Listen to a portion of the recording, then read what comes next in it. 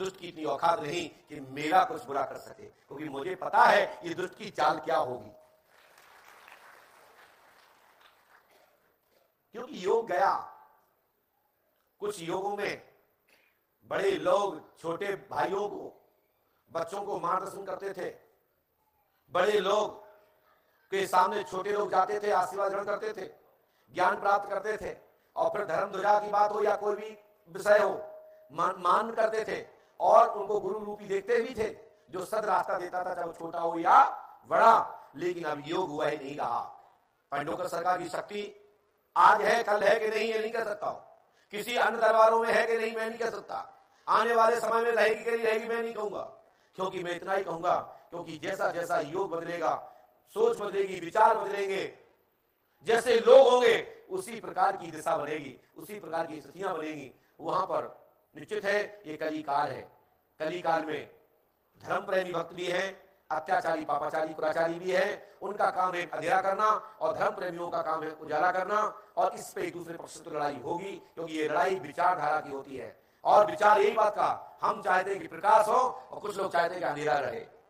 तो बस इतनी की बात को लेकर के पंडोकर सरकार अनेक लोगों की आंखों के करकर एक कंकड़ बने हुए हैं, आंख में कतराती है कि ये कहां से पंडोकर सरकार आ गया, हमारी योजनाओं को नष्ट कर दिया, हमारे विचारों को खत्म कर दिया, हमारी सोच पर पानी फेर दिया।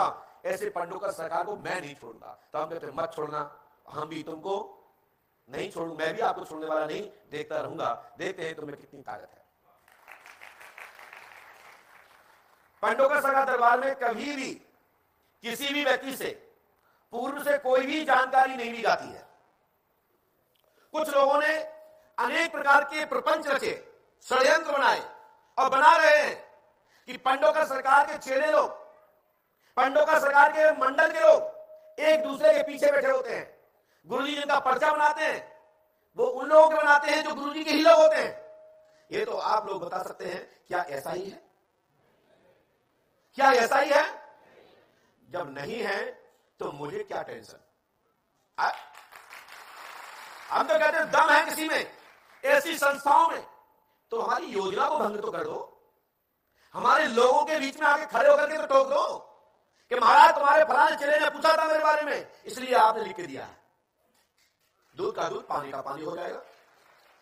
दूध अलग दिखाई देगा, पानी अलग दिखाई देगा, लेकिन कुछ कहा नहीं जा सकता। ऐसे लोगों को मुंह पकड़े नहीं जा सकते, क्योंकि सोशल मीडिया का जमाना है और राक्षस लोगों की तो आदत ही होती है भौंकना, चीखना, फाड़ना, काटना, मारना, लूटना, झगूटना और अपने आप को शंभु बनना। ऐसे राक्षसों का ही काम है कि मेरे ऊपर अब कोई नहीं, मैं ही सब कुछ हूं। कोई अपने आप को कुछ बता रहा है, कोई कुछ बता रहा है। मैं मानता हूं कि तुम्हारे पास शक्तियां होंगी, देवताओं की होंगी, देवियों की होंगी, सिद्धों की होंगी, परमात्मा की होगी, लेकिन वो शक्तियां अच्छे काम में लगाओ, लोगों के भले में लगाओ। सभी संस्थाओं के नियम अपने अपने होते हैं, सभी संस्थाओं के तरीके अपने अपने होते हैं। हमने तो कभी नहीं कहता कि आओ कोई मुझे अपनी शक्ति दिखाओ, मैं आपसे के लिए ये कर दूंगा, वो कर दूंगा, मैंने तो कभी नहीं कहा। तो क्या चाहते हैं कि मैं मौन रहूं? आने वाले समय में आप ये कहो कि जब पंडोकर सरकार दुनिया में थे, गुरु शरण दुनिया में थे, तो हमने ललकार लगाई थी और वो भी शांत बैठे रहे, कुछ जवाब भी नहीं दिया था। क्या आप यही चाहते हो कि मैं शांत होकर सुन लूं तुम्हारी आवाज को, तुम्हारी ललकार को सुन लूं? अबे जिनने नहीं सुनी है वो हैं, जिनने सुन ली है वो हैं, लेकिन हम वो नहीं हैं। हम वो हैं, आप गलत करोगे, आप मेरा नाम लोगे तो जवाब तो दूंगा, चाहे अच्छा लगे या बुरा।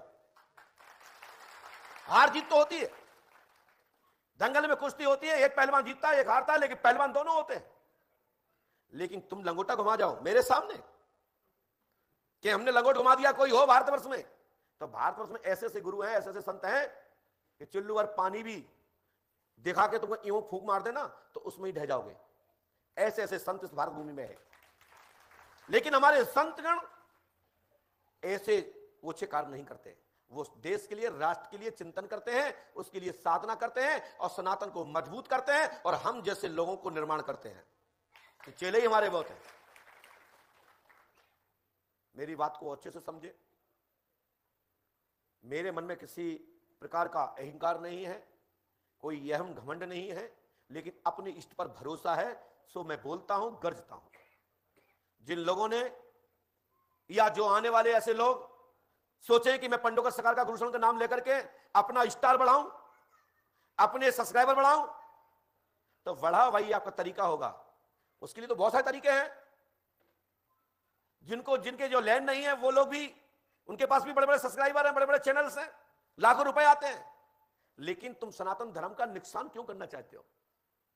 आप ईश्वरवाद का चोला पहनकर, संतों का चोला पहनकर संतों की क्यों आलोचना करते हो? क्या तुम्हें शर्म नहीं लगती?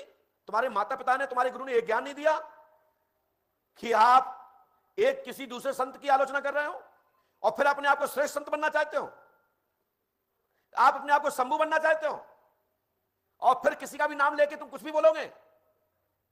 तो यह सैन पंडोकर धाम की पीठ नहीं करती। और ना ही पंडोकर सरकार दरबार में जब तक मैं रहूंगा, ना ही मैं सहन करूंगा, मुंह तोड़ जवाब दूंगा।